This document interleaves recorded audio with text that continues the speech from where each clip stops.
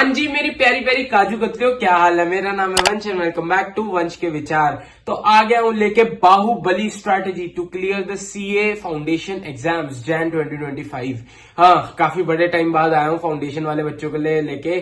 तो सबसे पहले अगर नए हो इस चैनल पे तो सब्सक्राइब कर लो, अब तुम्हारे लिए भी वीडियोस आती रहेंगी। और दूसरी चीज, मैंने क्लियर किया था अपना फाउंडेशन सिर्फ इन 18 डेज। अब तुम कहोगे भैया कितने फेक या वो मारोगे, फ्रॉड मारोगे या क्लिकबेट बातें कर रहे हो। भाई मैं अभी तक बता सकता हूँ 31 मई 2023 को मैं अपना सीयूटी का एग्जाम देके आया था और 18 दिन में मेरे सीए फाउंडेशन के पेपर थे और मैंने उस टाइम पे पढ़ाई करके अपने एग्जाम को क्लियर किया था। तो कोई तो ऐसी स्ट्रैटेजी रही होगी ना जो मैंने इस्तेमाल करी जिसके कारण मैं क्लियर कर पाया था। तो वही बाहुबली स्ट्रैटेजी लेके आ गया हूं तुम लोगों को बताने के लिए। और अगर तुम चाहते हो मेरे से डायरेक्ट कॉन्टैक्ट, मेरे से डायरेक्ट बातचीत और मुझसे बात करना चाहते हो और जानना चाहते हो भैया और कोई टिप्स वगैरह चाहिए एंड हम एक पर्सनलाइज प्लान, एक पर्सनलाइज प्लानर चाहते हैं और एक मेंटर चाहते हैं, तो भैया मेंटरशिप की सर्विस भी देता हूं। नीचे टेलीग्राम का लिंक मिल जाएगा। तो जल्दी से इस वीडियो को शुरू कर लेता हूं। सबसे पहले बात करेंगे प्लान योर डे।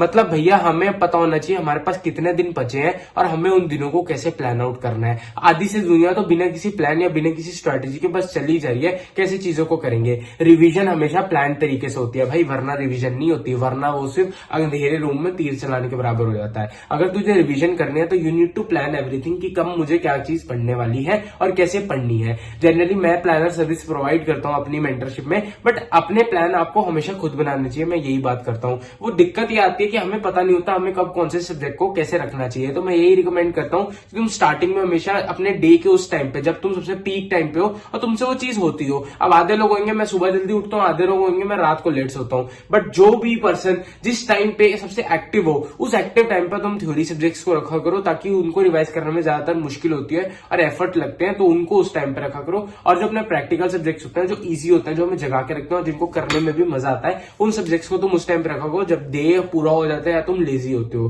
फिर भैया पढ़ना कहां से है, सबसे बड़ी प्रॉब्लम ये आती है कि भैया पढ़े कहां से। पहले तो यार अगर तुम्हारे बैकलॉग्स पढ़े हैं तो सबसे पहले हर कुछ छोड़ के उनको कंप्लीट करो। सिलेबस हमेशा 100% के साथ जाना ही जाना चाहिए, क्योंकि आपको ये नहीं पता किस टॉपिक से, किस सब्जेक्ट के किस टॉपिक से कौन सा क्वेश्चन आना हो और क्या वो क्वेश्चन आसान हो या मुश्किल हो, वो आपको नहीं पता है। तो ऑलवेज गो विद 100% सिलेबस। वहां पेपर में जाके आप डिसाइड करना है ना यार कि मेरे को किसका क्वेश्चन करना है, क्या कहते हैं, पार्टनरशिप का करना है या फिर मेरे को एनपीओ का क्वेश्चन करना है, शेयर कैपिटल का क्वेश्चन करना है। वो पेपर में जाके मतलब डिसाइड करना है, या इंडियन कॉन्ट्रैक्ट एक्ट का करना है या कंपनी एक्ट का करना है। पेपर में जाके डिसाइड करना। पढ़ के 100% जाओगे यार, छोड़ के कुछ नहीं जाओगे, क्योंकि कुछ नहीं पता। अब मैथ्स में एमसीक्यूज आने हैं, एक एमसीक्यू आसान सा आ गया, वो एक नंबर भाई डिफरेंस बन जाता है तुझे पास या फेल कराने का, एग्रीगेट में पास या फेल कराने का वो डिफरेंस बन जाता है एमसीक्यू में, तो एक एक नंबर। तो तुम्हारे लिए हर चीज बहुत इंपॉर्टेंट है। अब पढ़ने की अप्रोच क्या होनी चाहिए मेरे भाई तुम्हें पता है कि अगर तुम्हारे 2 सब्जेक्ट थ्योरेटिकल बेस्ड लिखने वाले हैं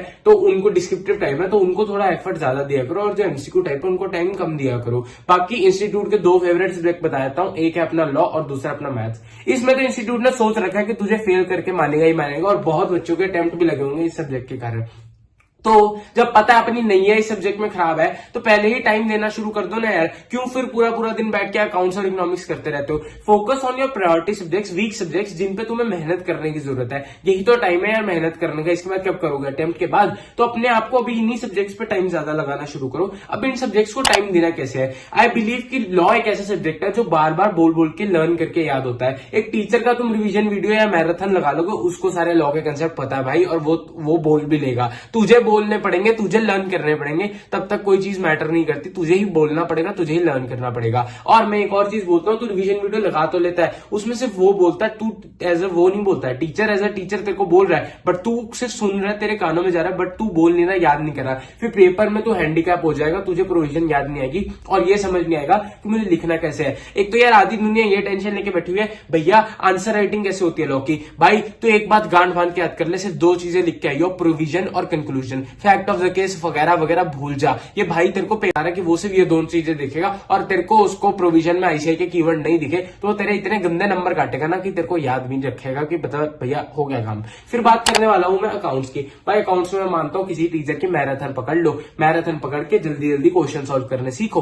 प्रेजेंटेशन पे फोकस ना करो, प्रेजेंटेशन बाद में आ जाएगी, अभी फोकस करो क्वेश्चन सही निकालने पे, स्पीड सॉल्विंग में। अब भैया करें कहां से? भाई अकाउंट्स में मैं बार बार बोलता हूं, सिर्फ आईसीआई मॉड्यूल के क्वेश्चन कर जाओ, it is more than sufficient. MTP RTP PYQ इनकी टेंशन लोगे तो फंस जाओगे। आईसीएम मॉड्यूल के क्वेश्चन कर जाओ, वहां पे कुछ कुछ एडजस्टमेंट सेम ही आएंगे, सेम क्वेश्चन उठ के आता है, काम आसान हो जाएगा। अपने कंसेप्ट को स्ट्रॉन्ग करके वहां करो। प्लस टू में अकाउंट्स पढ़ी तो ये यार, फिर काहे इतनी टेंशन ले रहा है, उसको पॉलिश ही करना है, पॉलिश करके बढ़िया तरीके से करके दे देना, क्यों इतनी टेंशन ले रहा है। बीकॉम में भी अकाउंट्स पढ़ता तू। उसके बाद बात करेंगे हमारा सबसे डरावना सब्जेक्ट मैथ्स की। भैया मैथ्स का तो नाम सुनते ही डर लगता है, ये तो भैया 10th 12th में नहीं होती थी, यहाँ था सीए फाउंडेशन में कह रहे हैं मैथ्स करा दो। भैया सीधी बात, मैथ्स में तुम्हें दो चीजें पता होनी चाहिए। फर्स्ट फॉर्मूला, तुम्हें फॉर्मूला रट लेना भाई, मतलब रट लेना इन द सेंस उसको लिख लिख के याद कर लो कि फॉर्मूला तुम्हारे अंदर कंठस्थ हो जाए, तुम्हें फॉर्मूला पता हो। दूसरी चीज एप्लीकेशन। अब भैया एप्लीकेशन के लिए तो मैं बोलता हूँ प्रैक्टिस करो क्वेश्चन। अब आईसीएस स्टडी मॉड्यूल के पीछे वाले क्वेश्चन खोल लोगे तो भैया लग्गी लंका बहुत सारे क्वेश्चन है। तो इसके दो हैक है।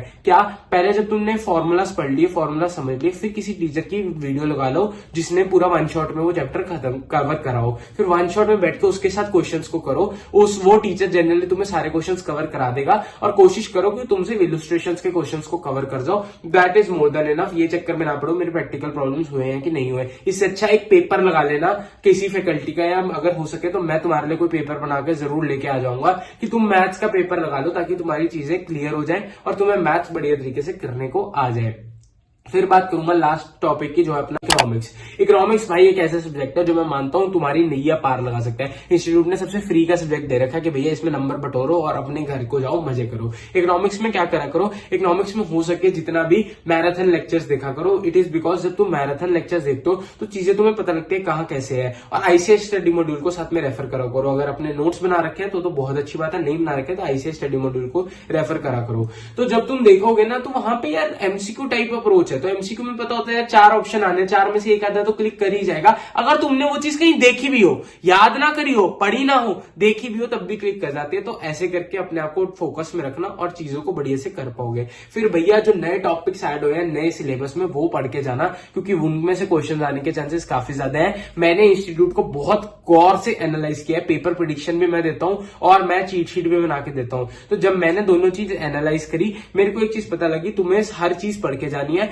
और वो चीज जो मई और सितंबर के एग्जाम्स में नहीं आई है या अनटच्ड है, इंस्टीट्यूट का काफी हाई चांस है कि वो नए क्वेश्चन ही बना के देगा, क्योंकि वो ओवरऑल कवरेज चाहता है और कुछ बेटर तुमसे उम्मीद करता है। तो तुम वो पढ़ के जाना। फिर भाई लास्ट चीज, लास्ट मोटिवेशन, एक ही चीज बोलूंगा भाई, मेरे इंस्टीट्यूट से खबर है, बातचीत हो चुकी है। सितंबर में उसने जितने बच्चे फेल करने थे उसने कर लिया है, उसका मन भर गया है। अब उसे करने हैं बच्चे पास, और बच्चे पास करने का अटेम्प्ट आ रहा है जनवरी, क्योंकि भैया मई में तो तुम्हारे जो +2 अभी दे रहे हैं बच्चे, वो भी आएंगे मई में अपने अटेम्प्ट देने। तो जैन एक गोल्डन अपॉर्चुनिटी होती है कि बंदा जल्दी से अपना अटेम्प्ट क्लियर करे और बढ़िया बढ़िया से पास होके सीए इंटरमीडिएट की जर्नी शुरू करे। तो आई होप तुम्हें ये वीडियो अच्छी लगी हो, ये बाहुबली स्ट्रेटेजी तुम्हारे काम आई। और अगर फिर भी कोई डाउट या कोई रह जाता है तो ये भाई हमेशा अवेलेबल है।